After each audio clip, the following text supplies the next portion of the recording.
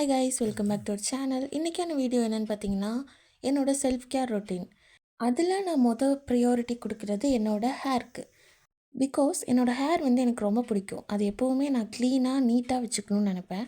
அதுக்காக நான் முதல்ல எப்போவுமே அதை நான் வீக்லி ஒரு தடவை இல்லை 2 தடவை அதுக்கான ஹேர் மசாஜ் எல்லாம் கொடுத்து ப்ராப்பரான ஒரு ஹேர் வாஷ் பண்ணிடுவேன். அதுக்கு முதல்ல நான் பண்ணுறது, ஹேரை செப்ரேட் பண்ணி நல்லா கோம் பண்ணி என்னோடய ஹோம்மேட் ஆயில் இருக்குது. ஸோ நானே ப்ரிப்பேர் பண்ண ஒரு ஆயில்.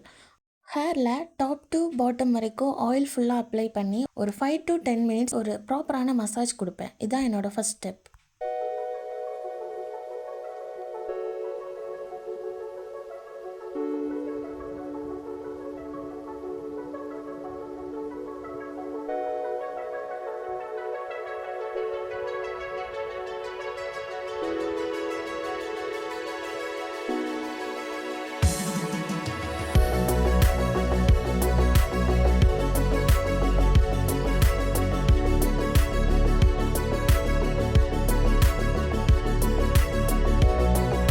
ஆஃப்டர் மசாஜ் உங்கள்கிட்ட இருக்கிற ஒரு சீப் எடுத்து நல்லா டைட்டாக கோம் பண்ணிக்கோங்க.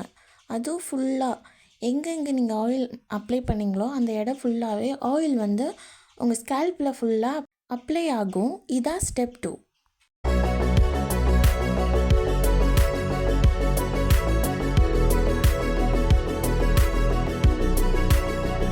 ஸ்டெப் 3, ஹேரை ஃப்ரண்டில் போட்டு கோம் பண்ணி 5 to 10 மினிட்ஸ் மசாஜ் பண்ணுறது. ஆஃப்டர் மசாஜ் உங்கள் ஹேரை நல்லா கோம் பண்ணி ஒரு பன் போட்டு வச்சுக்கோங்க. இதுதான் ஃபைனல் ஸ்டெப்.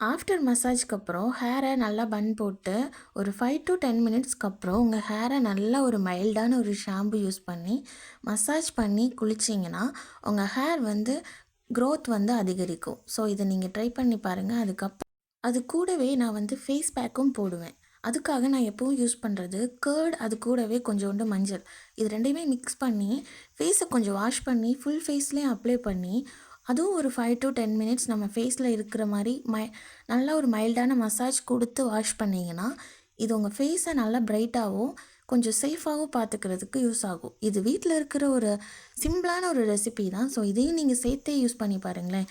உங்களுக்கு டெய்லி யூஸ் பண்ண முடியலை, நான் ஆஃபீஸ் போகிறேன், ஒர்க் போகிறேன், அந்த மாதிரி இருக்கிறவங்க கூட வீக்லி 2 கூட இதை யூஸ் பண்ணிங்கன்னா உங்களுக்கு நல்ல ஒரு ரிசல்ட் கிடைக்கும். தென் ஒரு 5 மினிட்ஸ்க்கு அப்புறம் நான் ஃப்ரெஷ்அப் ஆகிட்டு வந்ததும் என்னோடய ஃபேஸ் அண்ட் ஹேர் இப்படி தான் கைஸ் இருந்துச்சு. ஸோ நீங்களும் இந்த செல்ஃப் ரொட்டீனை மறக்காமல் ட்ரை பண்ணுங்கள். செல்ஃப் கேருங்கிறது எப்போவுமே இம்பார்ட்டன்ட். ஸோ மறக்காமல் ட்ரை பண்ணுங்கள். தேங்க்யூ ஃபார் வாட்சிங். அப்படியே மறக்காமல் லைக் அண்ட் சப்ஸ்கிரைப் பண்ணிடுங்க. தேங்க்ஸ்.